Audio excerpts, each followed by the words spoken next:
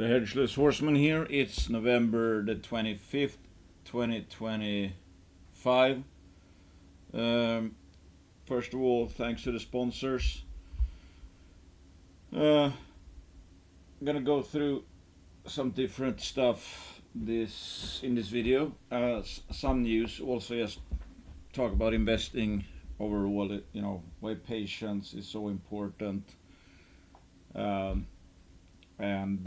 Maybe look at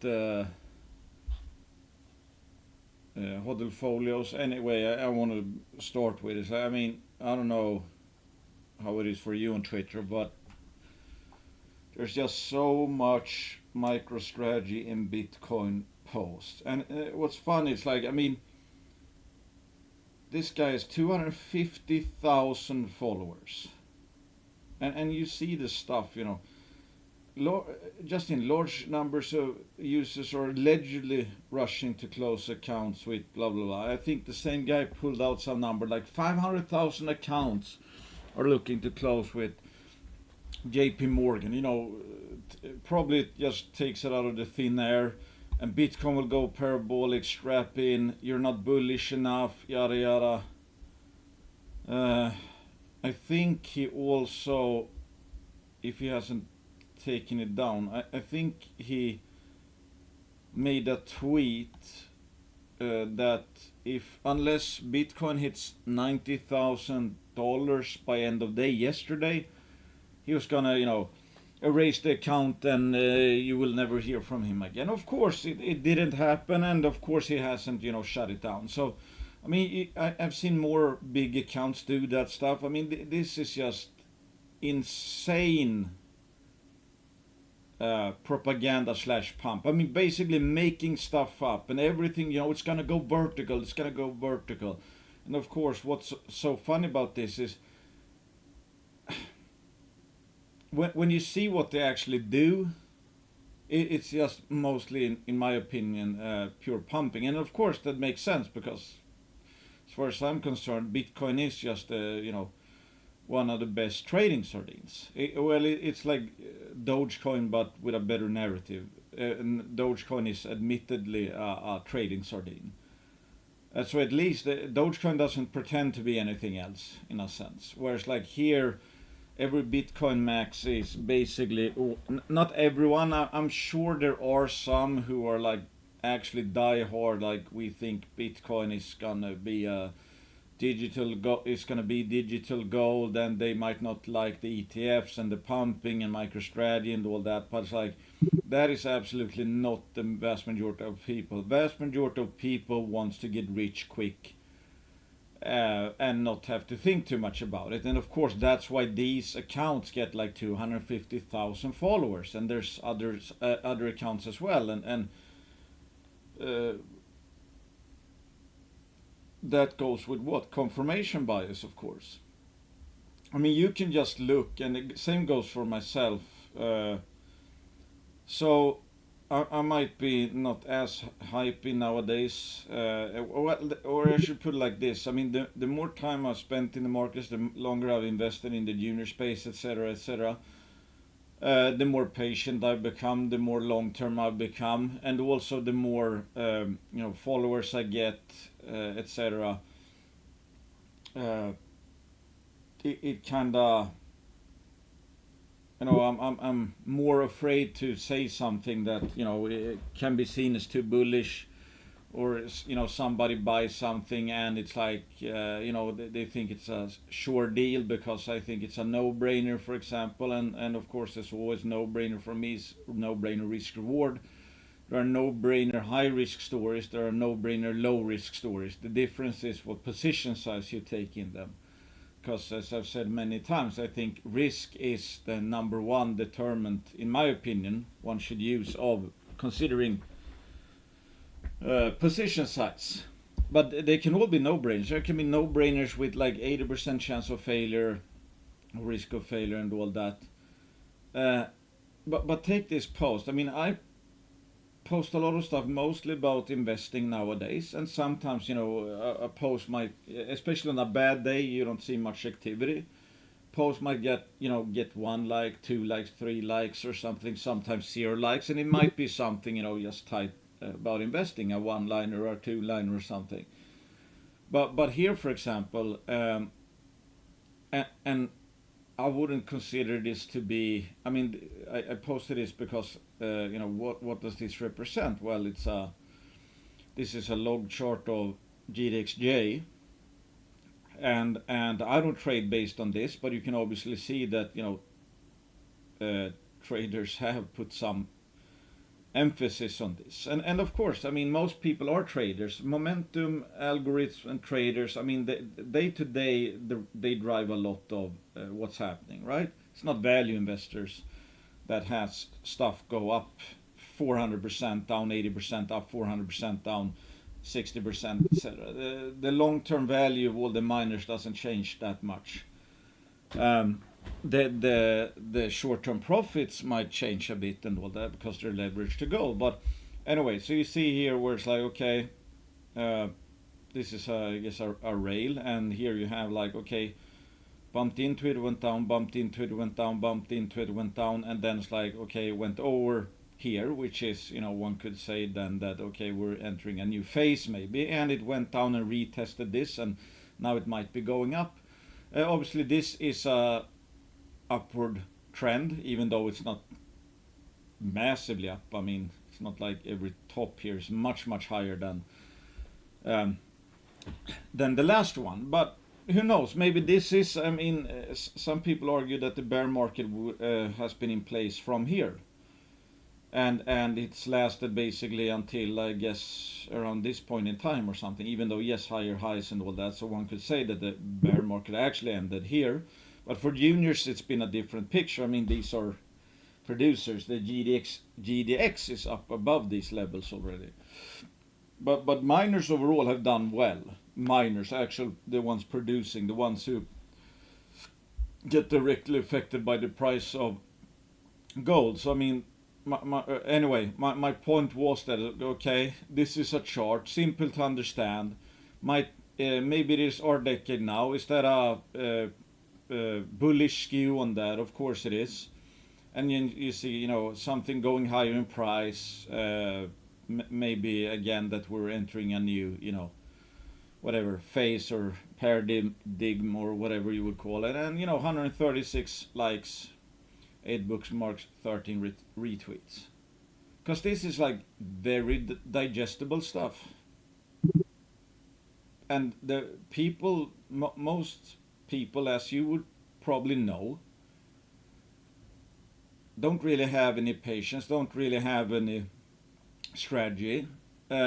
Most people who buy juniors, they don't really know why they should win. They just hope that gold and silver is going to go up and miners are going to go up. They're praying for the bull market. They're praying for the easy gains. They're praying for the greater fools, basically, to just keep buying stuff up so they make money and don't have to figure out too much why. Because obviously, if sentiment just ripped tomorrow, or let's say gold for some reason went up to $6,000 tomorrow, and the sentiment in the juniors, for example, just caught on fire and stuff went up 300%. Without any news happening for any of the companies. That's quick gains, obviously very quick gains. You didn't need to be right on anything. I mean, in terms of news, on the news front, the fundamentals, or that a company was gonna drill this or get that into production or acquire yada yada. I mean, fundamentals that the companies actually went up 300% in value, for example, and price should go up 300%. No, we just higher gold price and better sentiment, and people are like more than happy. That's what most people are waiting for, just that the masses are gonna get in. But as I said in the last video, I kind of like this environment where it's like things are still cheap in the junior land, especially junior land, because the way I see it, major miners are mostly, I guess, fairly priced. Mid tiers might be somewhat cheaper, and then juniors are absolutely the cheapest. That's how I look at things right now, at least. But anyway, so this gets this attracts attention. So it's like if I wanted to get the most likes and stuff, and get my follower count up the most, etc. I would only basically be posting, but to a more extreme degree, more like a Bitcoin therapist, for example. I mean, again, how do you get to 250,000 followers? And it's like, how much actual value is here? Bitcoin will go parabolic, strap in. I mean, it's just, obviously that's like by now because it will go parabolic. It's just endless amounts of uh, pumping, and it fits with confirmation bias. And I've said this myself. I like retweeting confirmation bias about gold or whatever because that makes me. Especially during the bear market. I think I said that at the times. Like I look for confirmation bias because I know that the sector was low and I should be a buyer because was low and it's a cyclical sector. So if it makes it easier, I mean the idea is that you should be greedy in terms of what you're buying, right? But you can also find reasons, I guess, to get greedy by thinking there's a big pile of future money around the corner. So I willingly in a sense look for confirmation bias because I know I should be bullish. It just makes it easier to be bullish when it's low, when nobody wants to buy, when everybody's depressed. It's like, I mean, if you want to follow let's say pumper accounts, that should be during the bear markets, right? I mean, in the case of Bitcoin and crypto, I can't say the same because I think it's actually most of it, like 99.9, is worthless. So it's just a matter of time when the permanent bear market is in. But for a cyclical sector, for mining, it's completely different, right? Because we have had mining since the dawn of civilization, and metal demand has been going up and up. So that's not at all the same as trading sardines, let's say crypto, which probably has zero terminal value. Whereas the mining sector, it's just forever has been cyclical. So it's a different thing. Whereas like the rally is inevitable, which a lot of people, as we know, and I went through some messages I had with people at the time, months ago before the recent up leg, where people gave up. They thought this time is different. There's never going to be a rally, and they literally gave up. I saw I briefly talked with a guy who basically I think sold the juniors basically around the bottom, and went I think all in Bitcoin and MetaPlanet and stuff like that. And I mean MetaPlanet is down like 75%. While the mining sector and juniors are up, I don't know, at least an average 100% since it started. I mean, some are up much more than that. So it was just a unfortunate case of suffering through the bear market and selling at the lows because you think it's going to be a forever bear market. Then the cyclical sector shows, where it gets its name from. It's cyclical, it goes up. And then you went into the things that were, in my opinion, trading sardines and basically pyramid schemes, and they were also near the highs. So unfortunately, you did not break the cycle. You bought high in miners, you sold low in miners, and bought high in crypto. And then you missed out on the rally because you sold low in the miners, and you bought high, so you get to full brunt of the paper losses from buying high. It's just a bad way to go. I mean, it's unfortunately you can't go back in time, right? If you held miners, sold out minus 50%, buy something else, and that goes down 50%, I mean, yeah, you're minus 75%. So now if we're talking the entire investable portfolio, now we're talking 300% to get back to even. That's kind of sucky. And then what do? I mean, if you're down 50% in crypto, do you sell that as well now, and because you're scared, and buy something that's code working? Maybe you do. I don't know. But it's just a bad way to go about it. But it just goes to show that did anybody sell low, especially in the mining sector, because they couldn't find something that was cheap? No, they sold because they think it would never go up. And many people bought something that had gone up thinking it's going to continue to go up. That's what it boils down to. So, which just proves that we do so many we act so dumb when it comes to securities and the markets. I mean, in real life, would you ever like, hey, I bought this whatever fridge for $10,000. Same fridge, it's now gone down in price to $5,000. Are you going to be selling that and buying a, I don't know, freezer that's just doubled in price at your local, electronics store? Because you're basically speculating that it's going to be priced even higher. I mean, that makes no sense. But if you're an investor and actually use stuff, I mean, if you want a freezer, if you want to use a freezer or a fridge, for example, obviously, I mean, it does the same job at $10,000 as it does at $5,000. It just gets the job done cheaper in a sense if you can buy it at $5,000, right? So, I mean, Buffett talks a lot about this, where it's like, when we're buying something like a car or a computer, I mean, you do endless amount of research and then make a decision. And you look for the cheapest, most bang for the buck, but in the markets, we do the exact opposite, typically. And yeah, it's just, that's why I kept hammering on about it. It's like, you do not sell cheap. You do not sell this sector at generational low. And many people did. And many people sold out, making paper losses, permanent losses, monetized them, and got into crypto, for example. And then that sold off like 40%. It's a shame, but it's you have to break that cycle. It's never the important thing is it's never too late to change. It's never too late to change.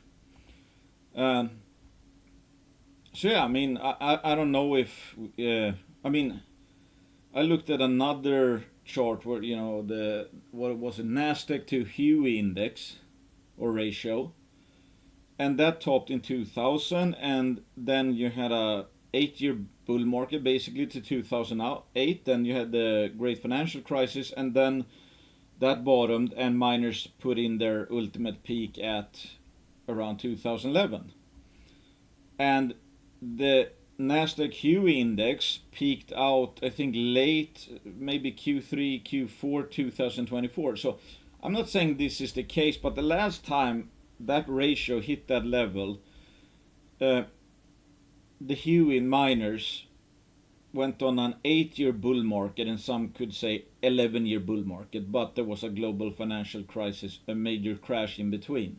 But from its ultimate bottom to its ultimate peak, 11 years from that ratio topped. And we're basically at year 1.5 maybe. But how many believe that? I think still people are so scared. Everybody's waiting for the disappointment. Everybody's waiting for the disappointment. I think that's also why juniors are being kept cheap. Because it's retail who have been scored the most. So they're lagging because and also because I guess crypto and stuff has kind of worked somewhat, and Nasdaq and yada yada. And but at the same time, you see institutionals, you see smart money buying in miners, like I talked about last video, where you have Elliott Asset Management buying into Barrick, and Muddy Waters, the famous, I think they're mostly famous for short selling. They're invested in Mayfair Gold, for example, but they what did they? Well, they went long Snowline, I think. It was like if you're famous for short selling and you go long something, it's like you really need to think that is cheap, I guess. And there's let's say, tailwinds. So I see that as a good sign. It's like when people who are famous for being skeptical of asset values, when they're going long something, that's an interesting signal, I think. And just to put something else into perspective, because I swear to God, it's like when you start to appreciate compounding and you realize how boring good compounding is, it's crazy. If you know somebody in the retail sector, if he bought a stock 2 months ago and it's up 5%, do you think he cares at all about that? I mean, these juniors go up and down 5% every day, basically, right? That's like watching paint dry. If you're up 5%, I mean, most people buy because they think they could be up to 100% in 2 months. That's why that's what drives most people's buy decisions and opposite or sell decisions, because they think it could go down whatever 50% more, especially at the bottom. But when you think about it, like 5% in 2 months compounds at 5% per 2 months, that equates to 34% per year after 12 months. 34% per year becomes 1,767% over 10 years. That's almost that's an 18 bagger in 10 years. The market average is 9 to 10% over the long term. That's from 5% every 2 months. 34% per year. That's why I keep saying as well, it's like if you find a probable 50 to 100% returner over 12 months, that is a very, very good return. Of course, it's going to be influenced by, how cheap is the sector. I mean, at the bottoms, one might find, this is a probable 2 to 300% returner over 2 years, for example. And then as prices go up, that goes down. But if you can just keep finding, I mean, if you could find even 34% probable returns per year, you can see it amounts to an enormous profit. That's actually, I mean, I think I tweeted about this. I mean, what was I going to say? I mean, when it comes down to it, most of us gamble. That's what we do. Most of us gamble. We gamble because 34% per year is not enough. The reason why most people not only doesn't make any money, they lose money. They cannot beat an index is because they gamble. So basically, the interesting thing about markets is, in a sense, the lower returns you look for, the higher the probability it is that you will eventually at least make a lot of money. Because if I if I told you, it's like, okay, find me cases you think are probably at least going to be up 50% in a year, or 100% in 2 years.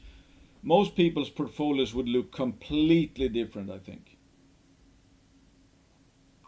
Because, I mean, what gets us led astray in a sense is that any junior out there could go up 100% in a month, could go up 500% in a year. They could. That's why everything kind of looks like a buy, because if it has potential. You can find a cheap shitco and it's like, hey, if the sentiment just gets going, nothing is going to trade below 10 million market cap, etc. Not even, mostly shitcos. And if X or Y makes a discovery, it could go up a lot. And all of that is true, but that's why we're always bombarded. There's always so much potential money out there that it's hard to say no to. And you read a presentation where it's like, oh, we expect to be in production within 2 to 3 years, and that's the major catalyst, let's say. And when you read that, it's like 2 to 3 years. I mean, most people don't have a good long-term results, or even good recent results. So the feeling, I think, is always that, it's like when you go on tilt in poker, where it's like you've lost money, and now you want to make it back even quicker because you're farther behind. So you go up in stakes, you take more risk. Instead of risking 1% of your bankroll at a table, you go up in stakes and risk 10%. And if you lose 10 buy-ins, you're broke. Whereas like if you played lower stakes, you would need to go bust 100 at 100 tables, 100 buy-ins before you go broke. But the idea is, of course, hey, if I double my money at 10 tables, I double my bankroll. But you need to double at 100 tables to double if you put 1% of your bankroll at risk at each table. So you could go up quicker, but also the problem is that you could go down a lot quicker as well. And it's like the hodl portfolios and most of my major positions, they're all kind of boring. It's like I'm very bored nowadays.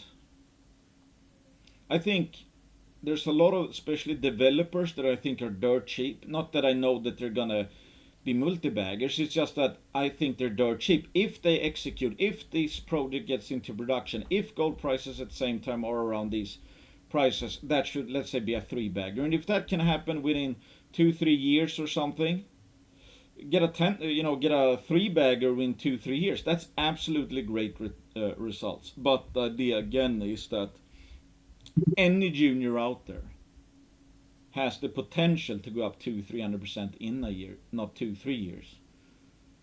So it's very, very hard, and especially the worse our results are, the more we're looking for quick returns. That's the problem.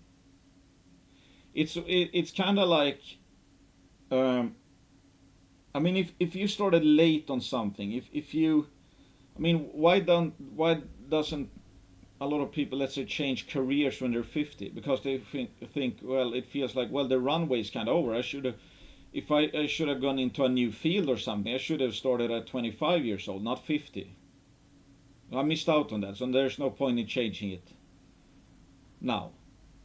Okay, so you make a decision just because you look at the opportunity cost, or what could have happened. And I think the same goes for, especially if you're older, let's say, and you've had a bad track record of performance. You think, well, now I need to make even more money. So it's like, if you're not too far off from retirement, and you're like, oh, I need to make some investment gains here for my retirement. And it's like, oh, I'm retiring in 2 years or something. It's like you probably feel very stressed about having best possible returns, high returns. So my point is that I think the worse returns one have had, I think one goes for more and more risk, because one wants to make up for the losses quicker.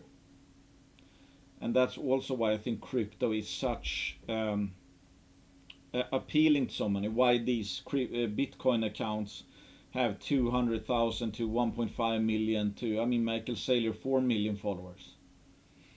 Because it's easy to understand. Everybody else says it's going to go up. No more. I mean, the experts are pulling numbers out of their ass. Retail are pulling numbers out of their ass, and they say, oh, the fundamental value of Bitcoin is 140,000 per coin. What is the fundamental? Nobody can really explain it. You're just pulling stuff out of your ass. But you can at least look at take mine. You can at least look at an economic study, or a mine that's up and running. It's like, what's the gold price today? What are they making each year? So you see actual, cash flow. You can have some sense what the value might be. In Bitcoin or crypto, it's like absolutely impossible. Probably zero. But as long as nobody, believes that, or, as long as there's a voting machine, and as long as it's going up, people just think it's going to go higher. So that's the value of it. It's the momentum, basically. But think about this. It's like, when you realize how boring really, really good compounding is, and what happens with really, really boring quote boring compounding. The problem is, of course, that, well, if it's gonna take me 10 years to get rich, you know what's better than 10 years to get rich? 1 year to get rich. And that's why we fail. That's why we end up failing. That's why we end up gambling.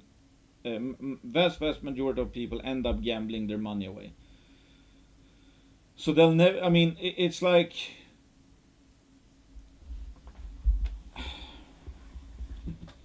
I mean, it's like training or getting in shape or whatever. There are no quick fixes. I'm sorry. There is no short way to get rich unless you are lucky or you know, find a way to, let's say, you know, scam or something like that, or a Ponzi. There isn't.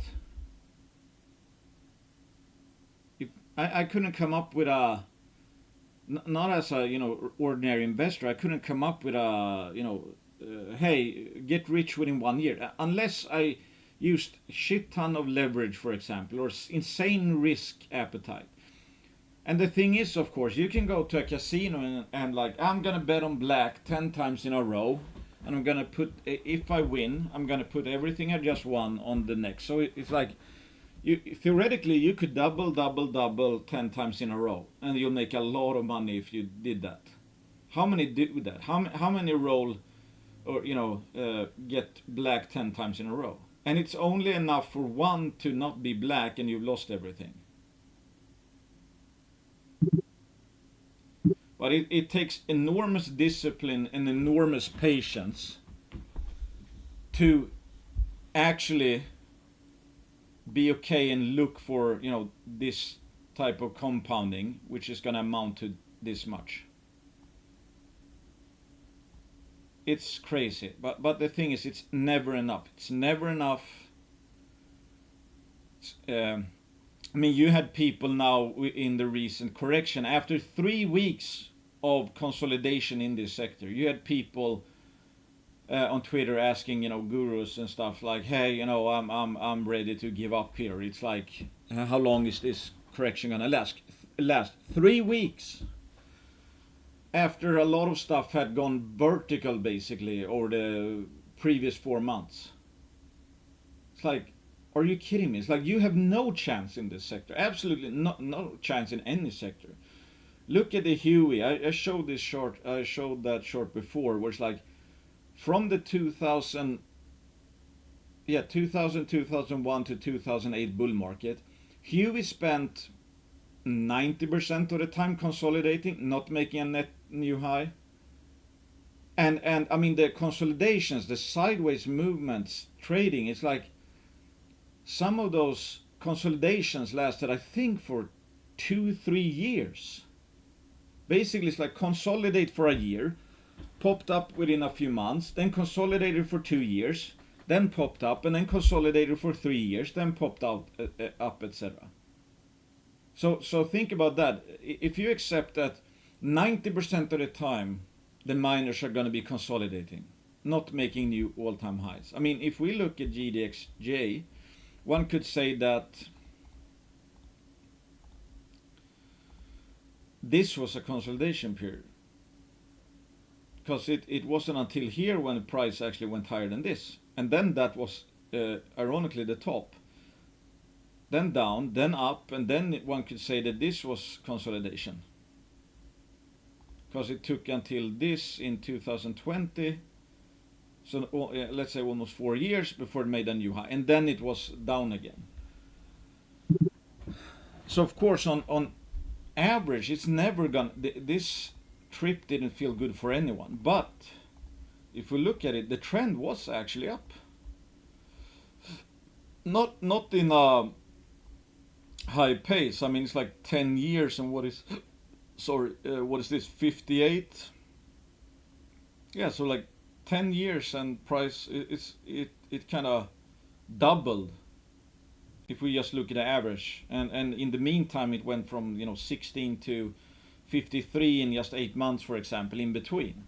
But the trend is up, and if you just bought more, the the more the miners went down, you'll obviously be ending up making more money now. Buying low, buying cheap is the best offense and the best defense. If you bought here, less downside and buying up here. If you bought here, more upside until now than buying here, for example. And then we're up here and we see all these, previous tops. Like, okay, I'm scared to death because I've seen what has happened before. But hey, to me, the only guiding star is price versus value. I don't care if the GDXJ is down here or up here. As long as my portfolio on average of the holdings is cheap, my expectations are that I'm gonna be making money on them sooner or later. The cheaper it is, the better. And the cheaper it is, the more upside I see and the longer I can wait and still get paid for it. So I was talking about this during the lows. It's like, given the amount of upside from lows in this sector, it's like, even if it took 3 years to be up here, for example, that would be worth it. And as always, since we know every bear market ends, same with every bull market, the longer the bear market, by definition, obviously,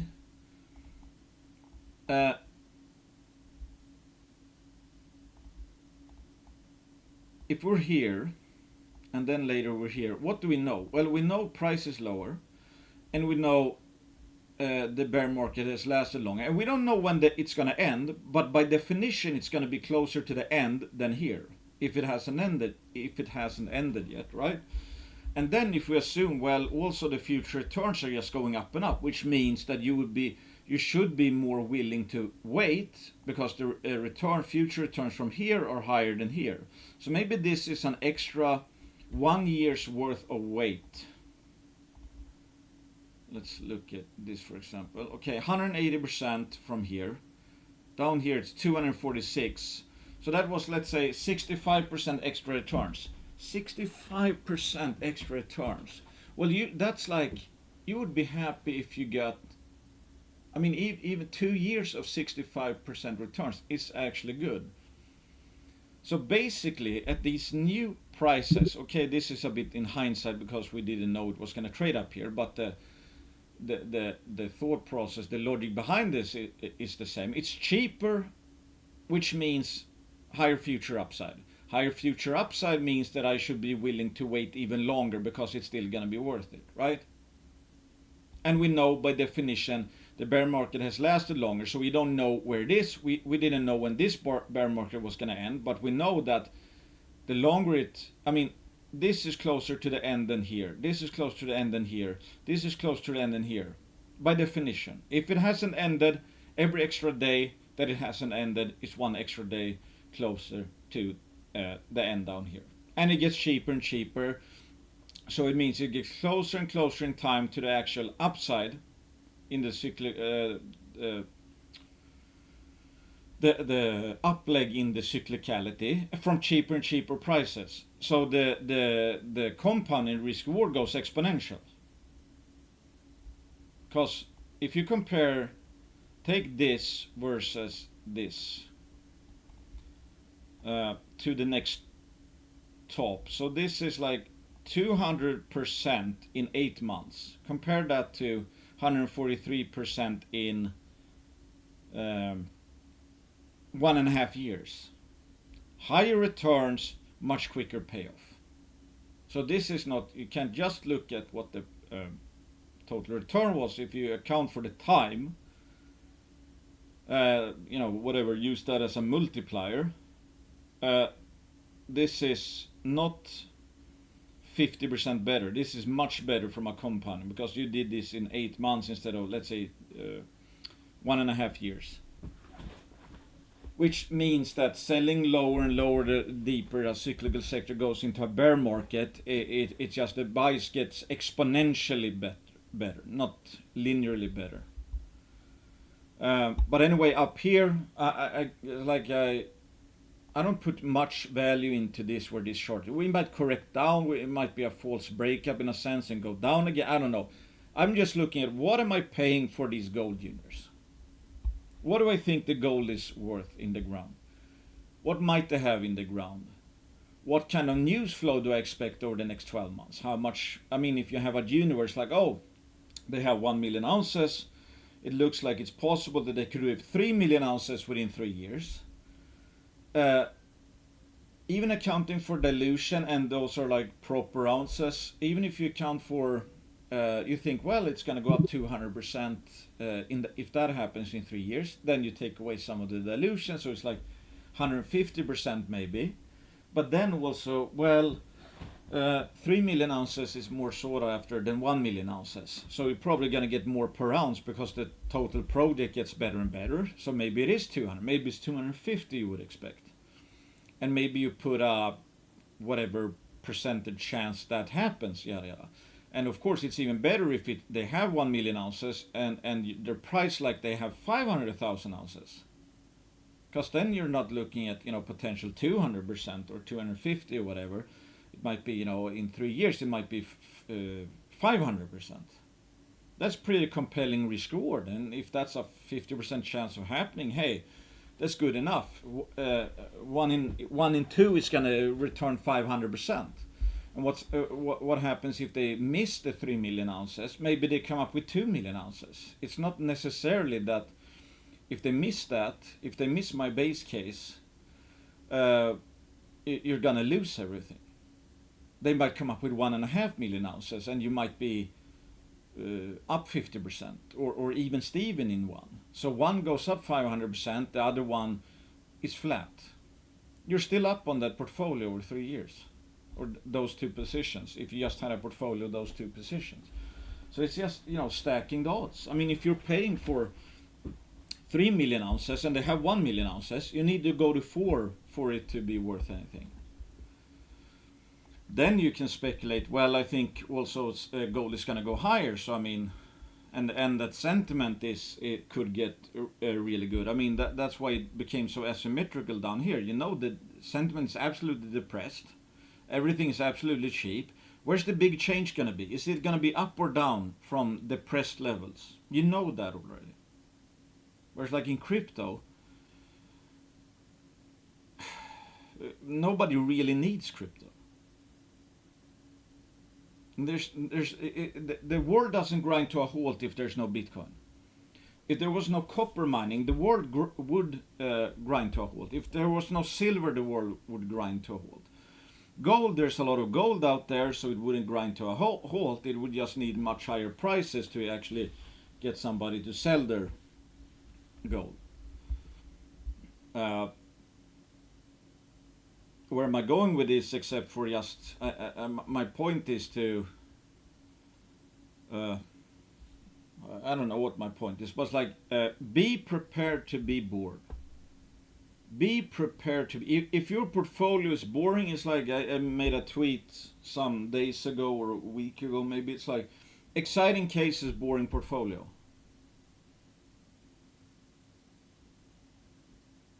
I think that's a very good rule of thumb. You should own, I mean, if you're a stock picker, pick the stocks, not because where you think gold is going to go, not because whatever external thing. You simply think that the assets this company has is worth more than the current price, or could be, if it's not worth more than the current price, could be worth a lot more than the current price. High risk, low risk. I mean, the best ones, in my opinion, are the, margin of safety, probable growth, and high potential upside. So basically, you're not overpaying for what they already have. You think it's going to be more, and it's a potential, it's much more. And you're not paying for any of that upside. So it's a highly asymmetrical bet. If it's impossible, basically, that you're overpaying, you're buying, whatever, $1 at 50 cents, but you think it's actually going to be $3 and has potential to be $6. That's some insane risk reward. If you only had those kind of cases, the base case scenario would that you get 100% return in every single case, but now and then some return 300% and some return 600% over, let's say, the next 3 years. Very good compounding. Would beat the shit out of this Well, in 3 years, yeah. I mean, when you account for the ones that had some upside surprise. But my that's why I keep posting, these memes with, you see a sloth, for example, and it's like feet up, boring. It's like I know it's not popular. I know everything is built around action. Everything is built around action. You can't really sell a newsletter where it's like, hey, don't do anything for 12 months, or buy these companies, come back in 2 years and see what happened, etc. And that's why you also see technical analyst accounts. Typically, they have a lot of followers as well, because there are obviously a lot of confirmation bias and yada yada. I mean, if I'm in gold miners and somebody puts up a chart where it's like, because I don't know that much about technical analysis, and somebody says, it looks like gold miners are going to be starting to rip. As a holder of gold miners or gold units, obviously that sounds good to me. And you want to assume, well, he says he's a technical analysis professional. I hope he knows, better than me. I hope he knows what he's talking about, etc., etc. So you want to read in that, he says what I'd like to think. So I'm hoping, I'm assuming then that he knows more than me, because I want to believe it. But it's like, it's supposed to be boring. If you have a very exciting portfolio, you probably have a very high risk portfolio. You're probably gambling. Probably gambling.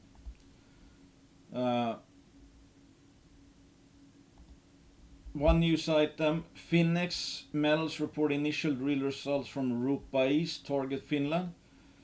My expectations for this maiden drill campaign, I very high. I mean, especially compared to most units. One of the best looking grassroots targets that I'm aware of, with the trenches, the results, the extensive veining, etc. First, what was it? First five drill holes. Underwhelming. Best intersection was almost 10 meters of a bit more than a gram. A bit more than a gram, including 5.8 grams per ton over almost 1 meter. And some other holes hole 2 had no significant results, but then there were some 1 meter of 3 grams per ton, almost 1 meter 1.3, 1 meter 3.3, 1 meter 1 meter 1.6, 1 meter 1.74, yada yada yada. So a lot of, like, I'm assuming it's like 1 meter veins with appreciable gold in it. I was hoping for like 50 meters of 1 gram per ton. I mean, obviously you would be hoping for even more, like 50 meters of 2 gram per ton, 50 meters of 3 gram per ton, a new Ickery discovery. This is obviously not it. But I think there's 68% of holes still in the lab or something. Was it 68?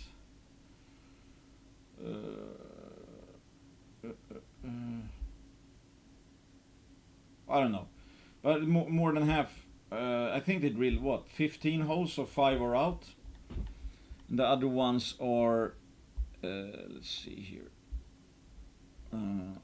reported drill color. So this hole reported, this hole reported, this hole reported, this hole reported. Where is the, what?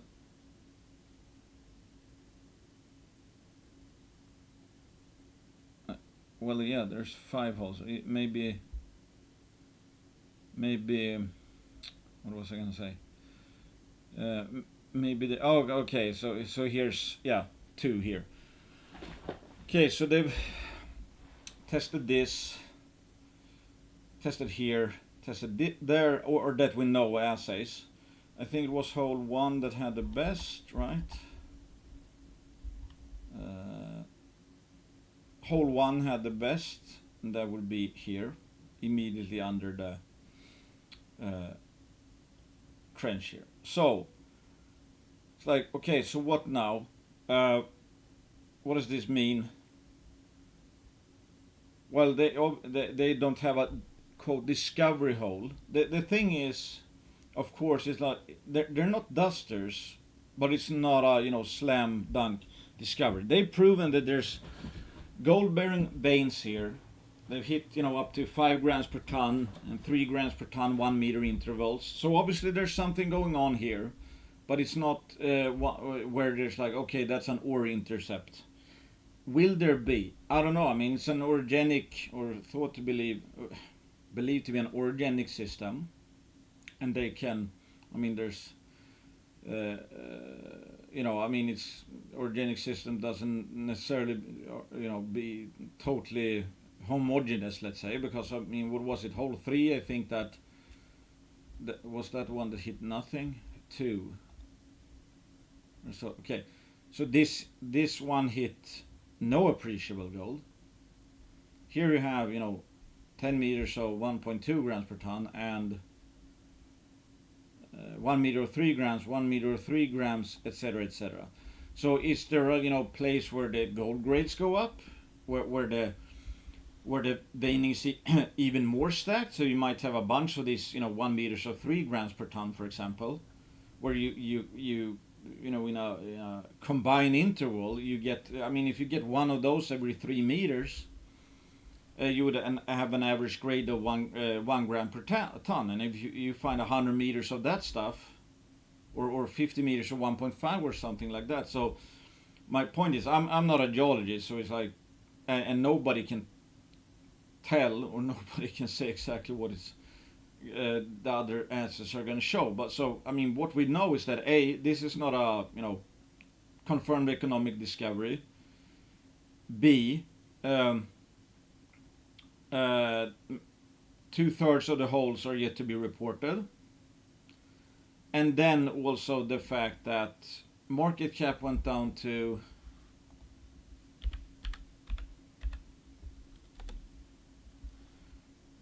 $12 million CAD.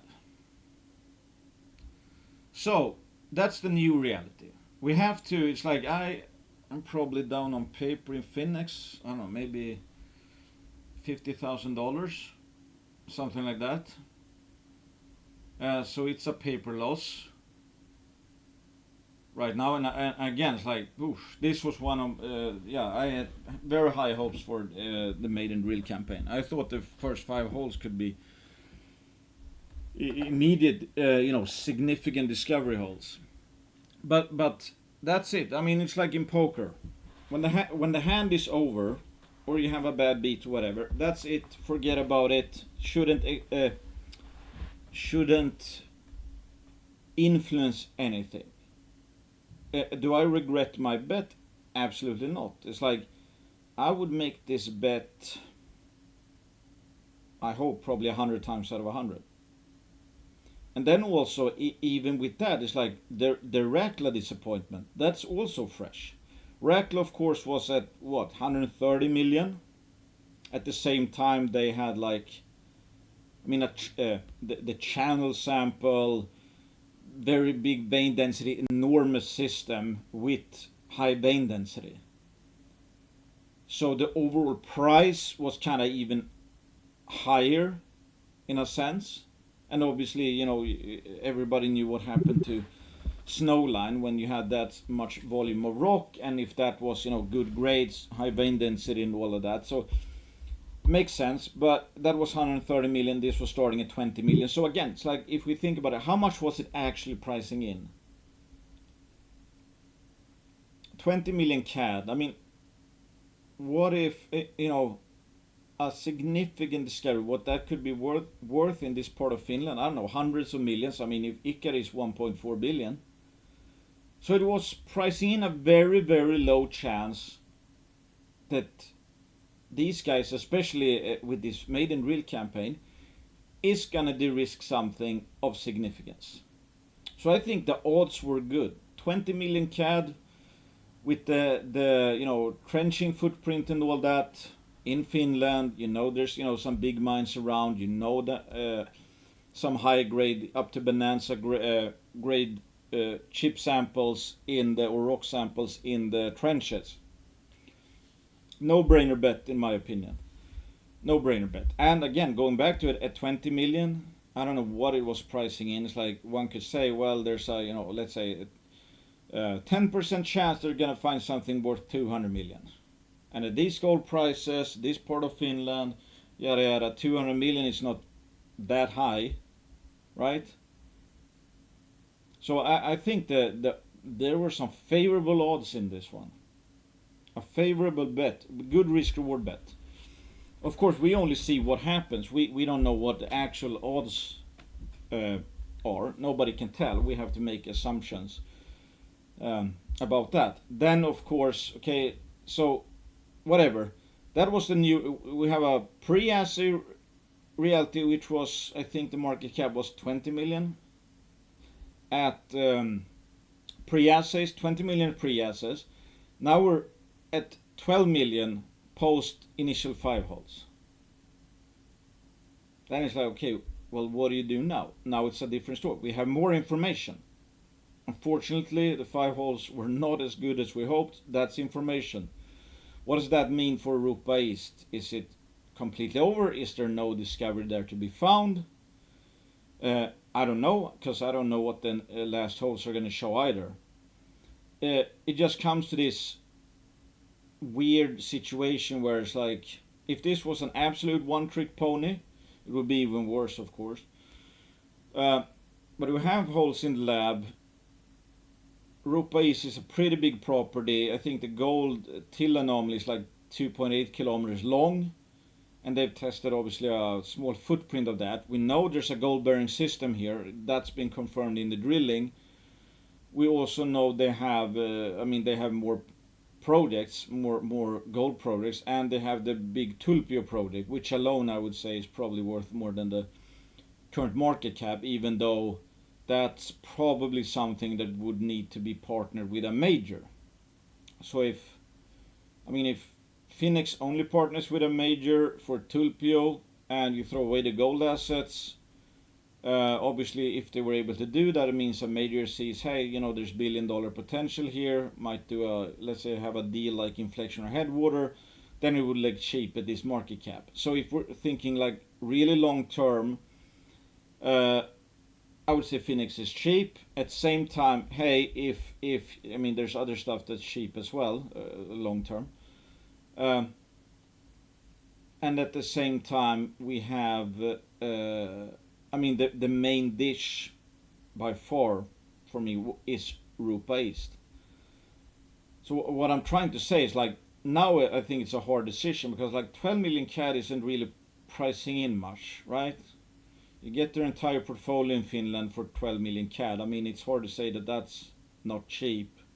Plus you have 2/3 of the holes left to be assayed, and you have the potential that they find even more. So then I guess that this is where investing or speculation in high risk stories becomes more of an art than a science, because nobody can tell you what the results are going to be. There's a world where they hit a slammer in some of the later holes that are about to come out. There's a scenario where the rest of the holes all of them have no intervals with significant mineralization. That's like Schrodinger's cat. We don't know. So we only can make assumptions, and the only thing we have to to compare assumptions with is the current market cap. That's the only thing we know at any point in time. What are we paying for the bet? We don't know what the results are going to be. We don't know what's going to happen in the future with any of the projects. We don't even know what the coming assets are going to show. We only know that right now you can buy or sell all the assets, including the remaining holes, for 12 million CAD.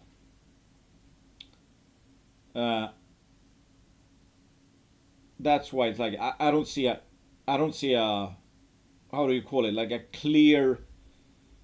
It's pretty heavy volume though. That's kind of nice to see. So 773,000 shares have been sold, and somebody bought 773,000 shares.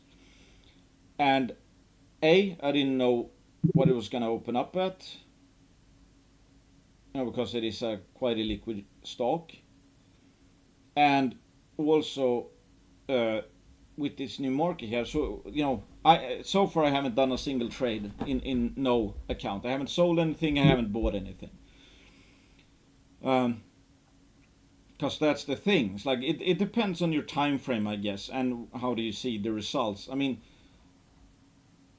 longer term, really good people involved. The Tulpio project alone, Rupa East, which again you have to kind of explain the 2.8 kilometer long trend. So like there might be a big discovery hiding here. We might hit that in the remaining holes or might not. So that's for up to each and every one to decide. So I'm not. I mean, So then it comes back. I mean, is it an absolute no-brainer? I mean, that depends on how you look at it. And now there's still so many uncertainties. It's very hard to come up with a clear.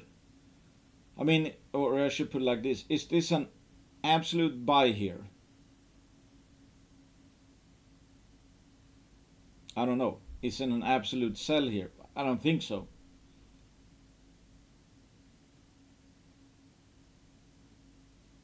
That's why I guess what is interesting at the same time with market. But that's also why, I mean, I was ready to. I had a pretty sizable position for a high risk junior. I think the hodl. I looked at one hodl portfolio. It's down, I think 0.74% today. It might actually be green if it wasn't for Finex, but it's like I think that lost 1.5% of the portfolio. I think Finex was like a 3% position, which was one of the larger pre-discovery or technical assay drill assay discoveries. So the portfolio took a 1.5% hit from Finex today, and then there's also a world where some of the next holes hit, a world where none of the next holes hit. And I haven't decided myself. I am right now. I have no rush to buy and no rush to sell. But I might be selling.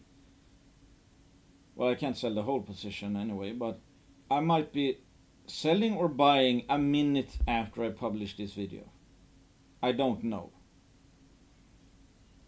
If some a new case comes up, let's say, or I need money for something else, maybe I'll sell some of Finex. Maybe I'll come to the conclusion that hey, 12 million CAD is still too cheap. I'm gonna add some because now the position size is obviously lower. But I would say I'm not in a rush to buy more. I'm not in a rush to average down. Kind of like with Räkla, where if the last hole surprise to the upside in Räkla, I'm okay buying 100% higher. Trick is obviously again to account for is that Finex has a much lower market cap than Räkla, or somewhat lower, yeah. And then you have like well Räkla also has more projects, but Finex has more easily accessible projects. One major worthy project that's untouched so far, just sitting there on the shelf, let's say. And I think they're very happy to have that. So yeah, I mean, as you can tell, it's like I have trouble forming a strong opinion, but I would say I don't regret the bet at all. There was a lot of smart people also betting on this. I know a lot of smart people, smart geologists who are very excited, high hopes for Europa East based on all the context. So that's I think one thing to take away. At least what my takeaway is that the 5 holes results is unfortunate, but I don't regret the bet. Because you can't. There's no way.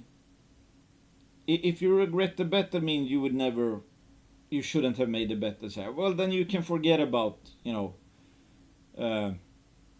the potential high pace or revaluation that could happen, for example. Then it's like, okay, position sizing. You know, if you think it was a good bet, was the position sizing too much? I mean, what I had too big of a position was Condor. I got too greedy on that one. Gotta admit, went too greedy on that one.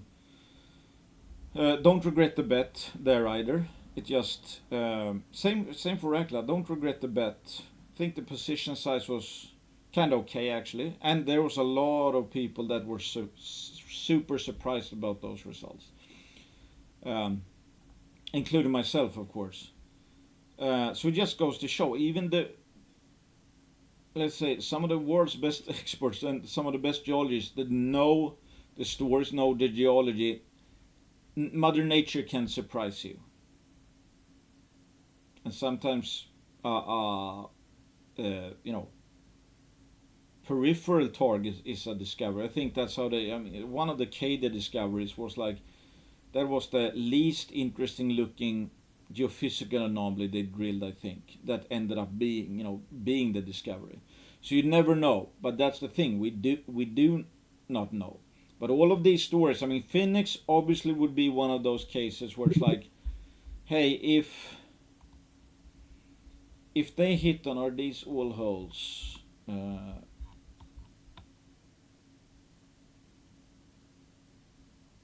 Okay, here, I mean, I don't think, no, this isn't, this is hole 5, was that acid?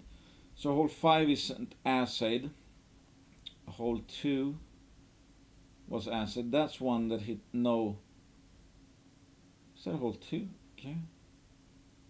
Okay, Applite.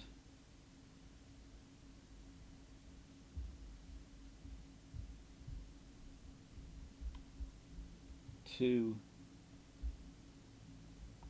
How can?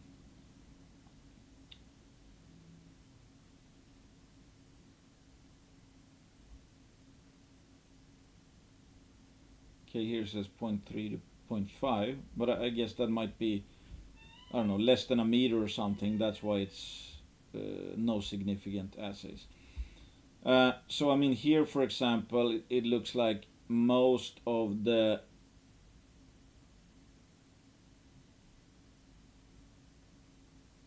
hits here. I mean, this is purple above 5, so that's in the Applite here. We see, okay, a bit of Applite, a bit of a.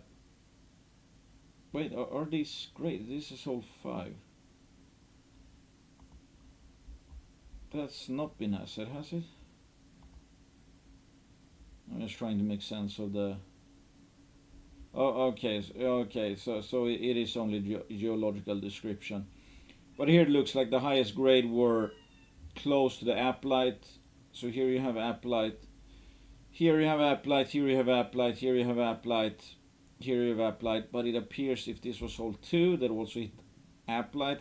Here it doesn't appear that there was any appreciable gold in this Applite.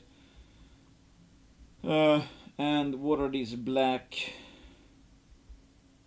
I wonder what are these veins? I'm not sure. I'm not sure.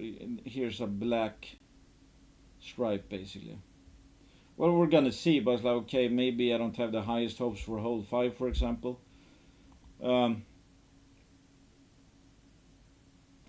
was I going? Oh yeah, I mean, the point is, if you look at, I mean, they drilled under here for some reason. I think these black ones here are veins, so I assume that's where, what this might be at the same time, that maybe these black ones here are quartz veins, for example. So who knows? I mean, they're the ones that host the mineralization. I guess maybe might be more veins here with this part of, you know, interval of Applite. And here is, I guess you see the Applites. Anyway, so I mean, if you look at the footprint, and here's all the veins, and here you see the discovered veins. And what's interesting here, though, is that you can see, it's like, I'm assuming they mapped these trenches as well. So you have a trench here from 2025, doesn't appear to have any veins. No veins, no veins, all of a sudden veins. And here you don't have any veins. Here you have a lot of veins. Here you have a lot of veins. here you have, and these are only the veins they can actually see as well. But if we look at the footprint of veining, and we know that the trenches had appreciable gold, high grade to bonanza grade chip samples. This 75. I mean, I think this is like what is that? Maybe 700 meters, and this is how wide? I don't know. I mean, this here is some hole that I think starts down here. So I mean, the footprint of this thing, where they have confirmed veining at surface, is very very large, obviously, and Ikkari is not a large deposit in terms of footprint. So my point is that why I especially like this bet, and the same with Rakla, is that this or the risk nature, in the sense, it's not blind per se. There's gold there. They hit gold in samples, etc., etc. Then you have the footprint of the system and all that. So it's like, if all these holes would hit what we hope, let's say, would be there, if it came out with hundreds of meters of 1 gram per ton, or who knows, maybe 2 grams per ton, they could basically have de-risked and proven up that, hey, this is a probably a multi-million ounce gold system, starts at surface in Finland, not too far away from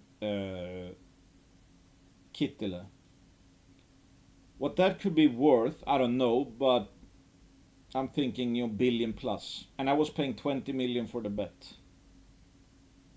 So again, I'm just going back to it. I don't regret the bet at all. It's the 5 holes as the results are unfortunate. But I would take this bet every time before a 20 million CAD, especially. So it is what it is. It is what it is. I guess the important thing is, like, okay, it is still high risk, high reward stuff, because no drill assays.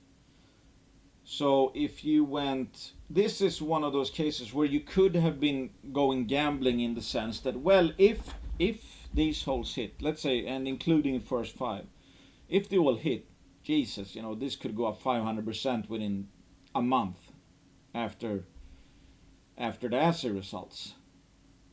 If you were all in, you could 5-6x your portfolio. If you were all in, that's gambling, obviously. Because even if you think it was a 50% chance, there's a 50% chance that you're down 40% in your entire portfolio. With that said, then you could also say, well, they have more projects, and we're treating this as, let's assume they don't find any like beefy intercepts in any of the other ones. But you're like, well, longer term, it's actually not just Rupa East, because if I could, forget about the shares, come back in 5 years, or 1 year, 2 year, whatever, maybe they have an earning with, excuse me, on Tulpio. Maybe they've done some work and even hit at some other target or other part of Rupa East, etc. So it depends, how much runway do you give the bet? If it's only for these initial assays and you are planning on, well, I'm only about Rupa East, I'm not going to be long term in this, I'm going to monetize the paper loss, for example, today, then you would be down 40% if you were able to sell everything. And yeah, that's a 40% loss. And then let's say you go and do it again, because now you're at a 40% loss of your entire portfolio.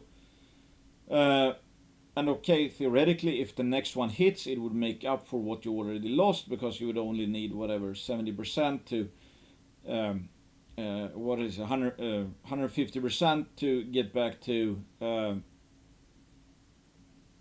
even Steven, and then you would make something on top of that, because in another Finex, another version 2.0, you got the significant discovery, it goes up 500%, all of a sudden, yes, you went all in, lost, monetize the loss, and then you hit something, and then the portfolio is up. I was like, I mean, the anxiety and volatility and all that, and who knows? You don't know what the exact odds are. It might not be well, nobody knows what it is. It's either 100% or 0%, but you're still guesstimating that it's 50%, and that might be the best guess you can come up with. But it could also be ask someone else, or if I mean, now it's hard to say because it's there or it's not. In reality, it's not 50-50 anything. It's 100% what it's gonna be. But I hope you get the point. Where it's like, okay, if you take a position where it's like, I like the bet, I know it's high risk, and that's reflected because it's only trading at 20%. If this is as good as it looks, it's gonna be a 10 bagger plus, for example. So fine, you appreciate that the market is saying, hey, you're getting great odds here. If you think it's like 20% of a chance of a new Ikari, that's a monumental bet. But at the same time, even if you think the market is somewhat right, but you ascribe like 25% chance of a full-blown success, there's still 75% chance of failure, even if it is pricing in a 5% chance of success. So it's very undervalued from a high risk perspective. That's not something you want to be all in, of course, even though the bet itself might be a no-brainer. So if you had 100 Finex, it's like a 20 million CAD. It's like, don't worry about it. Put 1% in each, because you think 25 of them are going to make a discovery, and they're going to more than pay for the 75 that don't make a discovery. And from 20 million in market cap, I mean, it could very well go to 1.5 billion if the discovery is good enough, and that's obviously insane. That's much more than 10x. That portfolio would make money, but that's assuming 100%, 1% each on every bet, and you run it out by the numbers.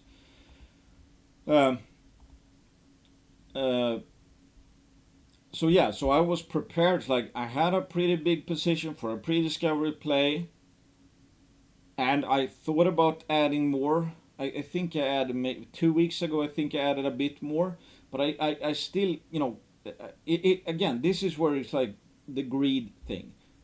I did not go up to a condor-sized position, but I try to get the position where it's like, if they miss, it's not going to be the end of the world.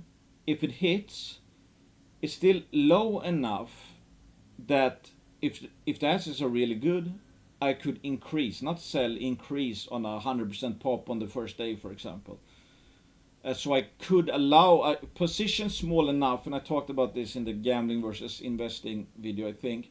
Position small enough that I can ride it to a multi-bagger.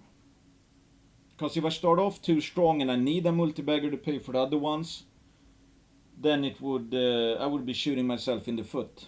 Because I would be in practice, I would be doing high risk, low reward, and that's not going to end well.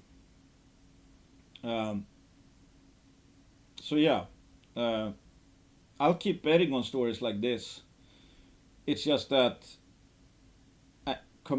contrary to what I did in the early days, where I could go really, really big in a pre-discovery play, because I was in fact gambling, and I did in fact want to get rich quick. So I think in one case I had like maybe 20-30% of my entire portfolio, which was kind of small at that point in time, but in a pre-discovery play. And they only had one target, one project, no real backing, money for one maiden campaign, and they missed. And that story was basically over. So that's, again, if you draw out the timeline, the context here is different. They have more projects, in one of the hottest areas in the entire world right now for gold exploration, plus they have the Tulpio project. So there's plan B's and C's and D's. Then it's up to each and every one to decide, well, am I going to write it out for plan B, C, and D, or not? Or am I going to, wait for the last assays, and then it's like, sell if those fail, or whatever. So that's up to each and every one, because nobody has the answer. Nobody knows what it's going to be. Nobody knows what might show up in any of the other projects either. So there's a lot of uncertainty, and nobody in the world can tell you what it's going to be. The only thing we have to work with is price. Um, so yeah, I myself am not decided. I love Tero.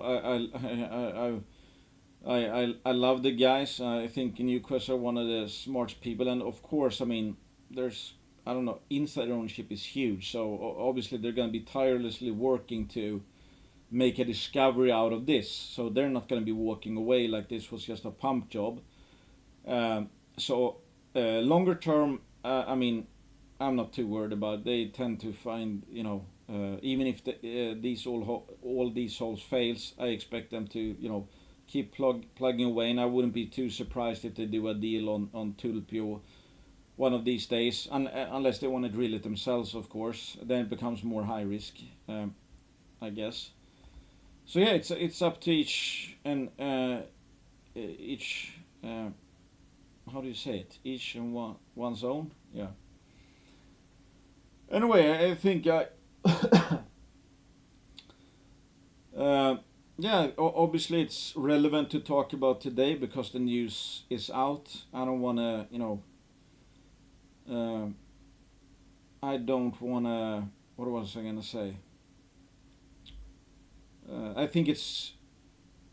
I mean, if there's something to learn, you learn usually more about the mistakes, of course, than your wins. I don't really. If I look at myself and the hodl portfolios, I don't really see this is a mistake. This is just a case where the high risk so far from the five first holes at least, where the high risk showed up in a high risk high reward equation. And of course, we don't need anywhere near 100% hit rate if you're playing high risk high reward cases.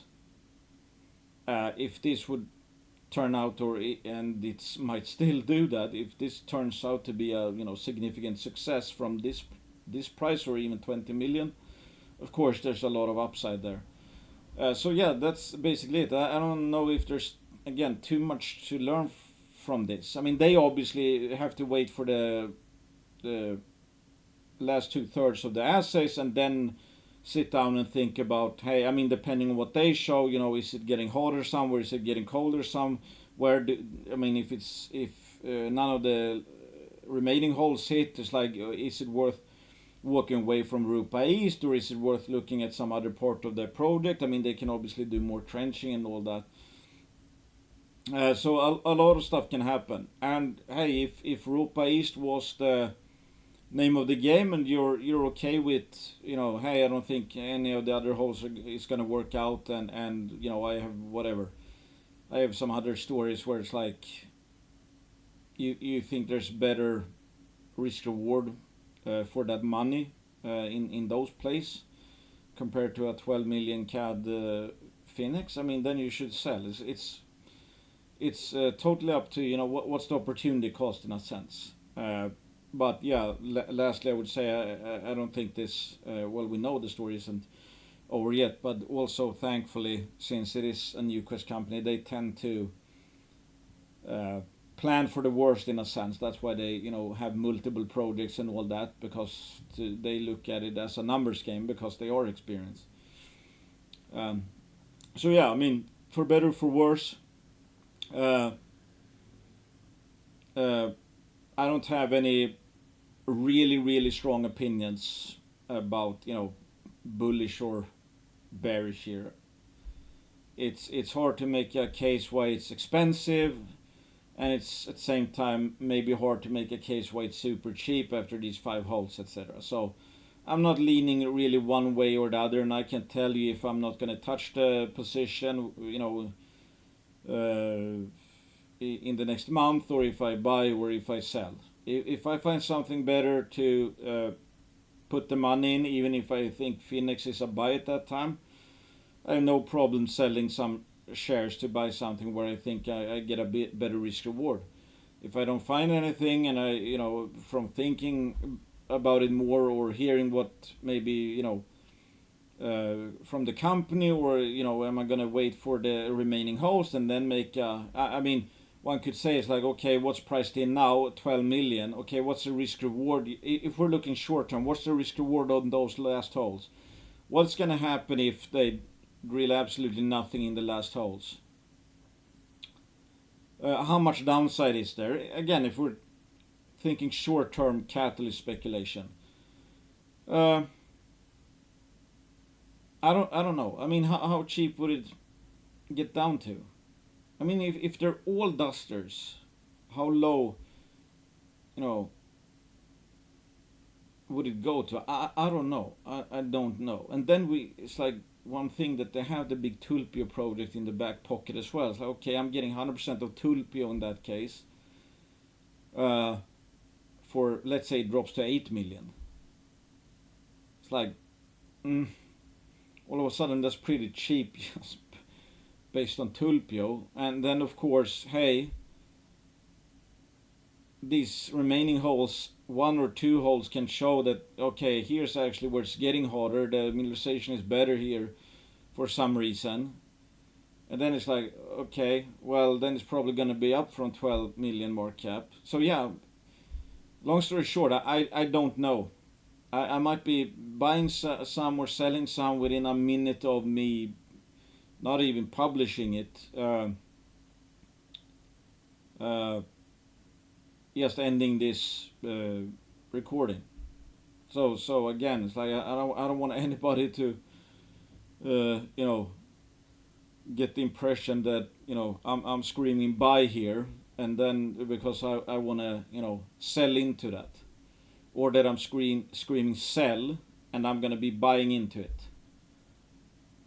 But if you follow my thought process, I think it's kind of fair to say that, yeah, right now I don't know. I don't think there's a clear. I don't have a. I'm not leaning towards one way or the other. Because of the new price, the new reality is this new information, but price has adjusted as well. So all of a sudden we have a new risk reward. We have a different fundamental picture, and we have a different price picture. Instead of 20 million for everything they have with this new information, you're paying 12. So who knows? Maybe it's the same level of cheapness with the news as at 20 million before the news. Nobody knows. It's still a high risk, high reward story.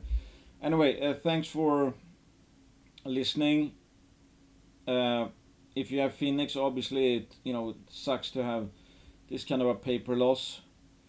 Hopefully, nobody went too big. Again, speaking for myself and the hodl portfolios, I don't regret the bet at all. I would have done it again, so I'm not beating myself up for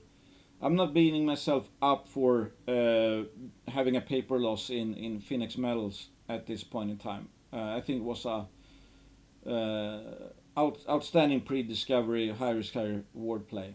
And the jury's still out. We don't know everything yet. Thanks for listening. This is not buy or sell recommendation. This is not investing advice. Assume my own shares of any company I mentioned. I sure own shares of Finex. I don't remember which companies I talked about. And don't invest money you cannot afford to lose. And also, I guess might as well cram that in here. Inflection also put out a news release that they've got their hands on this here, the Dandaloo project. Here's the Trandy drilling up here where they know there's a hit up copper porphyry, copper gold porphyry, and Dandaloo, which they state is the company's commenced land access discussion for aircore drilling. This program will involve completion of initial 60 days. Okay, so they're going to be testing this themselves. It seems like they also note that there's been historical descriptions of bornite and chalcopyrite within an essentially untested magnetic feature are exactly the type of targets we seek in the covered extension of McCrory. Since this is more south, I assume the thickness of the cover is decreasing because it's getting closer and closer to the outcrop. I'm pretty sure Fortescue Metals had this claim and it must have lapsed just before. So they're picking up claims that just recently belonged to one of the largest miners in the world. No idea what the reason is for why they let it lapse, but it seems that they didn't actually do much work. So this might, might be a pretty good pickup. And if there's been bornite and chalcopyrite encountered, that's high grade copper mineralization. And there's porphyries to the south, and there's transit to the northwest. So yeah, probably a good pickup, and which is not, again, surprising. And I've gone through Inflection at length, since the market can only really focus on one thing. It didn't move the share price at all, but hey, you have no idea. There might be a 5% chance that there's a significant discovery hiding here, and they just acquire that, even at a 5% chance. Think of what the risk-adjusted value is, and if you have bornite and chalco, there's that's some smoke, of course. So that's why this is also one of those, of course, high reward stories, but this one is really by the numbers. Because if you say to someone, it's like, 5%, and I'm just making that number up. I don't know what the most accurate chance of success would be, but imagine, if it is 5% chance of making a discovery there, that's worth quite a bit. But you don't pay up for it. The share price hasn't really moved, so it's one of the many high risk targets. So it's like, do I think Inflection's value went up with this acquisition? Absolutely. Even if you assume there's only a 5% chance of a significant discovery. Because if they do make a significant discovery, all hell is gonna break loose, and we have many kicks at the can. Anyway, bias with this as well.